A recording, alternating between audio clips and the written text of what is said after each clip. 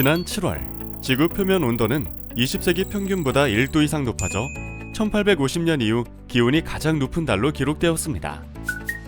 또한 2027년까지 66%의 확률로 산업화 이전 대비 기온 상승이 1.5도씨를 상회할 것으로 전망되고 있습니다. 우리나라도 기온 상승, 강수량 증가, 집중호우 증가, 해수온 상승, 해수면 상승, 아열대 변화 등의 기후변화가 나타나고 있다고 합니다. 국내 평균 기온도 2010년 12.8도씨에서 화석연료 사용이 최소화되는 경우에는 13.9도씨, 무분별한 개발이 확대될 경우에는 19.1도씨까지 상승할 것으로 전망되고 있습니다. 기후변화에 따른 자연재해 범위에는 논란이 있지만 자연재해 발생 빈도나 피해 규모는 과거에 비해 크게 증가한 것으로 보입니다. 우리나라의 경우 자연재해로 인한 재산 피해액은 1960년대 1.3조 원에서 2000년대에는 20조 원을 상회했는데요. 기후변화와 관련된 보험 상품의 필요성이 증대하고 있는 시점에서 오늘은 자연재해 피해와 관련된 보험 상품의 현황을 살펴보고 개선 과제를 제시해보고자 합니다. 자연재난에 따른 피해액 및 인명피해 규모와 비중은 자연재난 원인에 따라 상이한 것으로 나타났는데요. 2021년 피해액의 경우에는 태풍, 강풍이 높은 비중을 차지하였으나 인명피해의 경우에는 우박, 폭염, 호우 순으로 높은 비중을 나타냈습니다. 이상기후 발생으로 농축산물 피해는 꾸준히 확대되고 있어 농작물 재해보험, 가축 재해보험의 가입률 및 지급 보험금 또한 증가하고 있는 것으로 나타났습니다.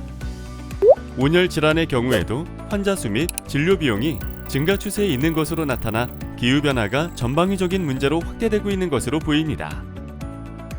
그렇다면 국내 기후변화 관련 보험 상품은 어떤 것들이 있을까요? 여기선 기후변화 경감을 유도할 수 있는 친환경 보험 상품 및 서비스와 기후변화에 따른 피해 보상 역할을 할 수 있는 보험 상품으로 나누어 살펴보도록 하겠습니다. 친환경 보험 상품은 개인을 대상으로는 주로 자동차 보험에 집중되어 있는 것으로 나타났습니다. 일반 보험의 경우에는 대체 에너지 발전소, 공공자전거 보험 등이 있습니다.